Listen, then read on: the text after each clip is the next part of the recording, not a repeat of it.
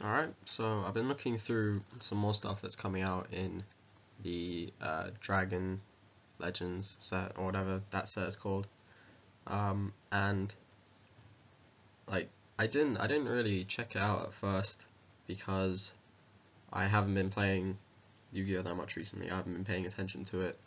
Um, but then the hype about Curry Bandit and Mathematician prompted me to look into it a bit more. So I did, and there are two cards which I have seen which haven't been getting anywhere near as much hype as Curry Bandit and Mathematician, and yet these two cards are the best cards in the set, hands down, unless they print some stupidly broken things that just outclass it. But as it stands, considering what has been released at the moment, um, they are they are easily better than anything else. Like some of the best generic cards, generic floaters that we have seen in this game for a long time. And those two cards are Fire Hand and Ice Hand. So Fire Hand is a level 4 Fire Pyro with 1600 attack and 1000 defense, with the effect when this card in your possession is destroyed by your opponent's card, either by battle or by card effect, and sent to your graveyard, you can target one monster they control, destroy that target, and then you can special summon one Ice Hand from your deck. And then Ice Hand has the same effect, but you get to target a spell trap they control and destroy that, and you special summon a Fire Hand from your deck. Ice Hand has I think 1400 attack and 1600 defense or something like that. So if anyone who has read these cards, it's quite ironic because I'm normally the one who's like, don't believe the hype, but like these cards are insane. They are insane. It's like Reborn Tengu, but better. It's like they saw Wyver Buster and Collapse Serpent and thought like, well, these attempts at making pseudo Tengus didn't work, so let's just make like newer ones that can be normal summoned, but more importantly, destroy things that pop cards on your opponent's side of the field and then replace themselves. Like this is so good. These cards are ridiculous, but again, I'm not gonna be like, rah, they're broken, ban them, because I don't think that they're necessarily broken. I think that they're interesting. I'll have to play with them a bit more in order to find out. But like they're really good. And again, I saw Curry Bandit, thought like well designed card that has a few powerful interactions, I guess, but it doesn't really matter. It's a well designed card. It will be fine. So Mathematician, pretty good card. This is fine. Then these are like, wow, these are genuinely very strong. I think the most significant application for these cards, the first one that people thought of were in rulers, which is fair enough. Fire hand is a fire, ice hand is a water. So like if I could put them into my deck now, obviously I 100% would. But like if you've played artifacts at all and you have some modicum of understanding about how the deck operates, like these, you should understand how good how good these cards are for artifacts. Like people were saying, oh, Curry Bandit will push Sylvans over the edge, push Light Swans over the edge, which I don't necessarily disagree with. They help with both. Like Mathematician might help Light Swans and whatnot as well. Both of them help various decks. That's cool. That's cool. Fire Hand and Ice Hand might as well have been printed as artifact exclusives, because no other deck really will be able to cut 6 cards from the main in order to accommodate them. +1 for Axis or whatever. +1 Fire Fist might, but what is +1 Fire Fist? It's a bunch of good cards with 3 Bear, 1 Wolf Bark, 3 Tenki, and like one Gyoko, one Tensu, or something like that. And guess what is also a 9-card engine, basically? 3 Moral Attack, 1 Scythe, because Scythe is pretty cool, 3 Theosophy, and then 2 Double Cyclone, because Beogoltak, or the red one, is not that great, honestly, from what me and my friend Karakuri Kamachi have found from our testing. It's better, honestly, it's just better to run 2 Double Cyclone than it is to run red. So that's the 9-card engine that is the same. So basically, the superior version of Artifacts is the same as the superior version of Fire Fist in terms of the transition of both. You can invest more space towards themed cards in both. So at first, people towards the start of Blast format were playing 4-axis or 3.5 axis, where you run a lot more themed stuff, but people discovered that it was better to just focus on the micro plus ones, which will be the same with Artifacts. Make no mistake about it. Like, again, as I said ages ago in the Sylvan's video, or it wasn't actually ages ago, it was a couple weeks ago, but it feels like ages ago. I said that it will be better to just run +1 sort of things.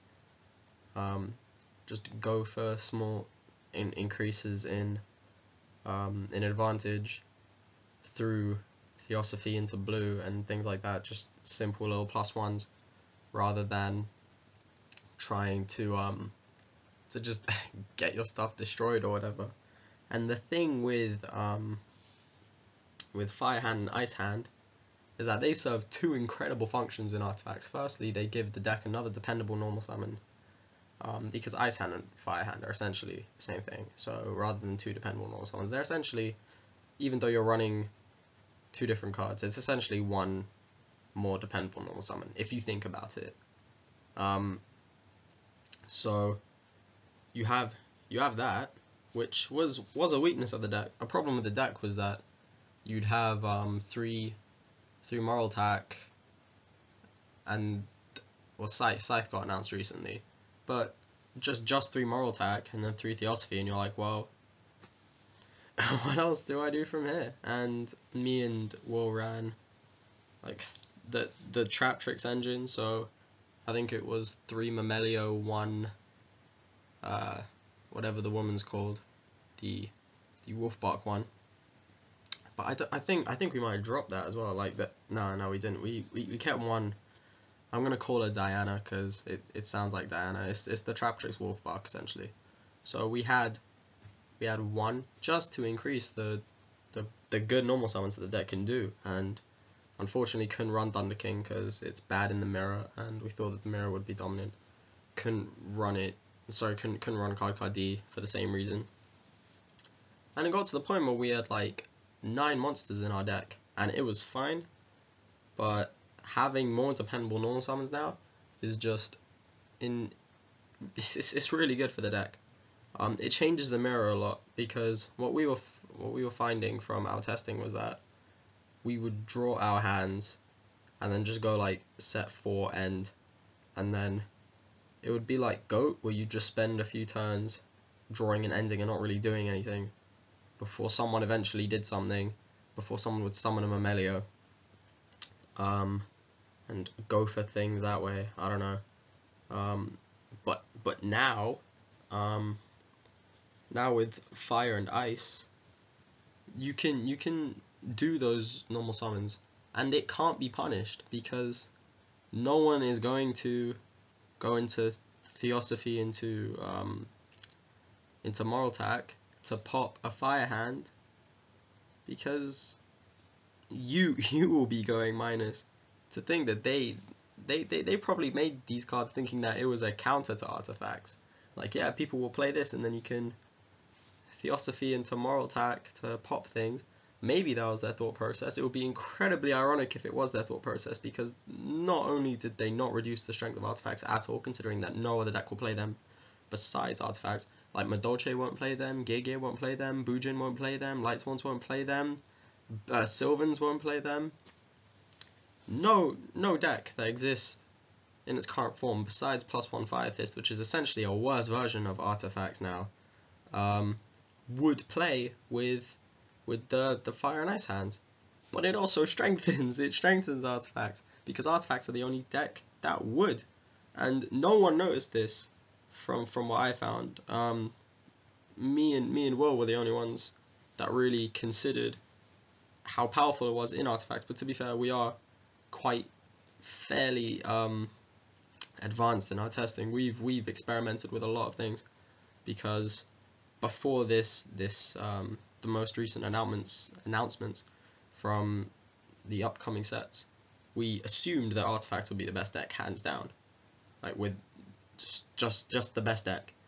So we were testing as such, running a bunch of things teched for the mirror.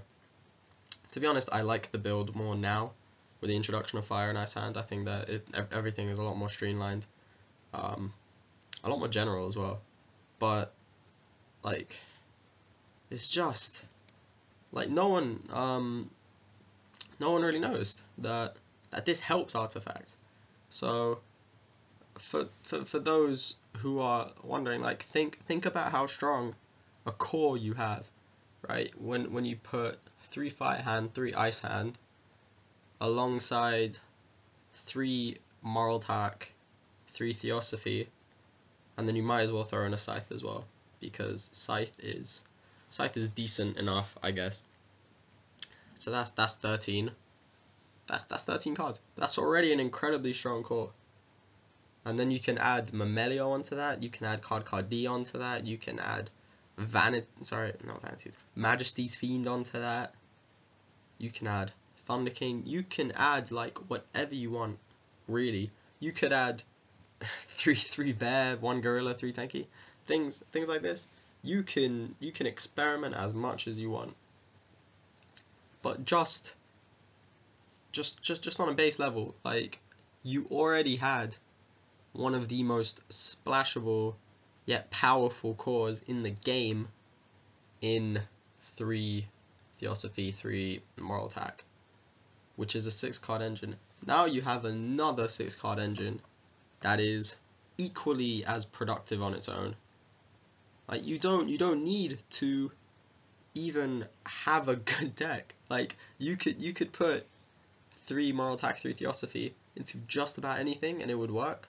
Just like you can do that with Fire Hand and Ice Hand, except that most people won't. Just like most people won't put Moral Attack and Theosophy into everything. That would be a bad idea, because there isn't enough synergy, which is fair enough, right? So Fire Hand and Ice Hand won't be played that much, as the game currently stands, where everything exists within an archetype rather than more good stuff .deck type things, right? But Artifacts are good stuff .deck. That is the deck. So as it stands, like, I run 3 Fire Hand, 3 Ice Hand, 3 Moral Attack, 1 Scythe, 1 Mamelio, 1 Majesty's Fiend, right? So a very small monster count, and this was just with me me brainstorming yesterday, having seen Fire Hand and Ice Hand. So it isn't set in stone or anything, but that's incredibly solid. So it's just really interesting to me. I think that it's worth noting how good these cards are in Artifacts, because for all the hype about Curry Bandit and Mathematician and whatever other exclusives every other deck might get, whether or not they bring the OCG stuff for Lightsworns, like, this has pushed Artifacts. Honestly, I'm saying that now. Fire Hand and Ice Hand have done Artifacts a huge favor. At least I think so. So something else that is pretty cool is that a card that has not been all too popular since its release, Pot of Dichotomy, gets a little bit better with Fire Hand and Ice Hand, because they are both different types. So if you have the Fire Hand, Ice Hand core in your deck, I'll just call it the Hand core. If you have the Hand core in your deck, then you already have 2 out of 3 types for dichotomy. So all you would need is a different type, and that wouldn't be too hard. Especially, like, as I said, with artifacts. From what I described, you'd have Pyro. I think Ice Hand is Aqua, probably is Aqua. So Pyro, Aqua, Fairy, Insect, and Fiend. So there you have 5 types. If you run more of the trap trick stuff, you run Diana, I'm gonna call it. I think it's like Dianthe or something, but Diana, that's a plant. So you can really embellish the engine as much as you want. And then you have access to dichotomy, which is pretty cool. It's not a huge plus, but I just thought that was something interesting. Because dichotomy is something that it's never really had its moment since its release, but it's interesting. It's a well-designed card, but it feels like they put just too many restrictions on it for it to be playable within a competitive setting. But it just might work, because obviously returning the hands and stuff to the deck is great. Obviously returning blue to the deck is great. Another thing is that I'm gonna discuss the cards more in general now, because I really went into detail about why they're good in artifacts. Just in general, they can miss timing. That's pretty important. So Soul Taker might become popular again if these cards become popular again. And just in general, don't be stupid. Know how to make things miss timing. So if you have like Mirror Force and MST set, and they have a back row and one of the hands, and they attack you, don't be like Mirror Force, and then watch as you get bummed. Just be like MST, chain the Mirror Force onto the MST, enjoy watching them miss timing. Likewise, they can't chain call to bring something back to get a destruction. So say you blind MST their back row, and they have a hand engrave, and they chain call to get it back, and it dies, it will miss timing, because the last thing that happened wasn't its destruction. Nope, never mind. I'm wrong. I got it mixed up with summons. That is incorrect. If it were to be destroyed at chain link 2 or higher, then it would miss timing. So say I MST one of their back row, and then they say, yeah, that's fine. And then I'm like MST the other back row, and then that one is the call, then it wouldn't miss timing. The call point is actually pretty important, because artifacts play call.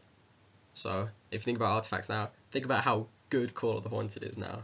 Like, you can get one of the hands, which is just removal Tengu, or you get Moral Attack, which is pop 1, or you get Scythe as a weird little stun thing, or you get Mamelio to pop a back row.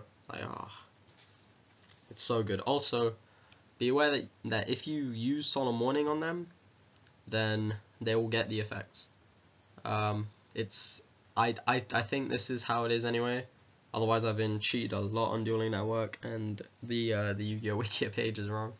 But from the amount of Madolches I've played, where like they've summoned it with a Chateau up, and then the first time I was like, warning, and they're like, oh, it goes back to the hand, and I was like, so yeah, because it says when this card in its owner's possession or whatever is destroyed, so that it doesn't have to be on the field. Like, when it's in your hand, it's in your possession. So if you were to say like deck devastation virus and kill the ice one, right, then the ice one would still trigger. So just be aware of these things, because they do exist, and it's good to know, I guess, that they can miss timing in various ways, and also that you can't warning them, really, because that will hurt you. Something that I find interesting now is that warning is actually really bad in the artifact mirror if you assume that fire hand, ice hand will become popular. because you can't use Warning on Ice and Fire. You can't use it on Theosophy. Well, you can, but you will go -1 because they also have the same clause. Theosophy has the same clause in it, and this card in its owner's possession is destroyed. I think it says if as well. If this card in its owner's possession is destroyed, so it can't miss timing.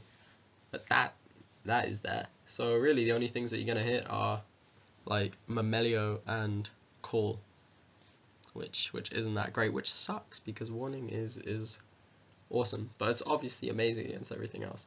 So yeah, just Fire Hand, Ice Hand are incredibly good. Also, there's this other thing that you can do where, because they aren't once per turn, right? This is how strong they are. They aren't once per turn. So say your opponent has a field of like Yamato Kaiser Coliseum with a hair engrave, and they're like, yeah, I'm sick. You're like, summon, attack. They're like, oh, whatever. it'll die. If it's the fire, you know they banish her, right? So if the fire dies, then you bait the hair, you get the ice.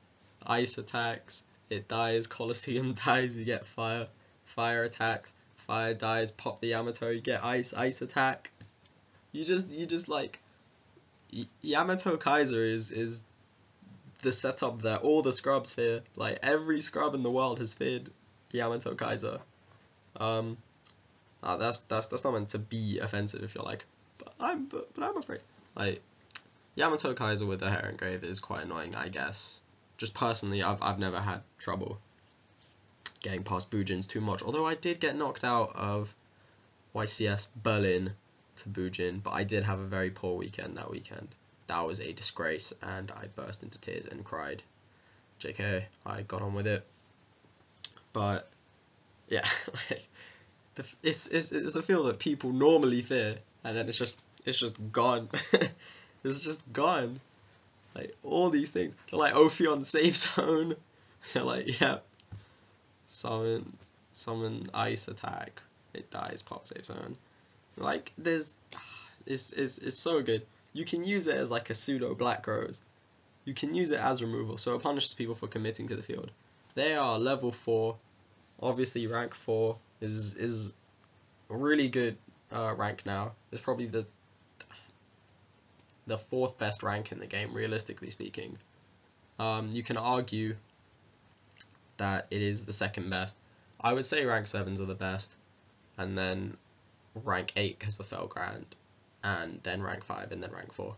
But you can argue that because rank 4s are the only ones that are realistically going to happen, aside from rank 7s, that rank 4s should be 2nd best, which is true.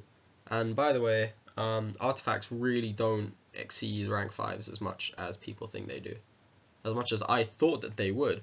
Like, I got every rank 5 under the sun. I was like, oh, I'm gonna have to get ZX Leo arms and all this rubbish. I was preparing, man. I was stocking. The struggle was beginning. But no, of course it turns out that they rank 4 more than they rank 7. So, you know, guess that's my mistake. The ice one is a water, obviously, so that's a generic target for Abyss Dweller. They both succumb to Abyss Dweller. They both succumb to Macrocosmos, Dimensional Fissure, Soul Drain, which is great. They get around Skill Drain, which is also great. They succumb to Abyss Dweller, and the effect to destroy something has to happen before the card comes out. I believe that that's how it is, because like popping a card on the field is optional, but it says then you can. Both are optional, but it says then you can. So because it says then, it implies that you would have to pop before you can summon, rather than like also you can, which would imply that you wouldn't have to. You could do either or. So yeah. Anyways, this is another quite long video, but honestly, like, just go look at these cards. Look at Fire and Ice Hand, because not only do they look cool, like, they are incredibly strong. They make up for their mediocre stats by just being insane. The amount of people that are going to summon their things in defense mode now because they don't want to get rammed with the hands. And oddly enough, because the only hand that would do that before is Armory Arm, it's funny how the hands force things into defense for some reason. But even so, like, they are so good.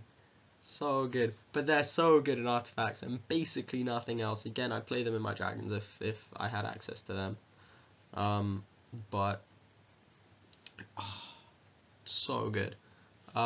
Anyways, thanks for watching. Put more stuff up soon, and I'll see you around.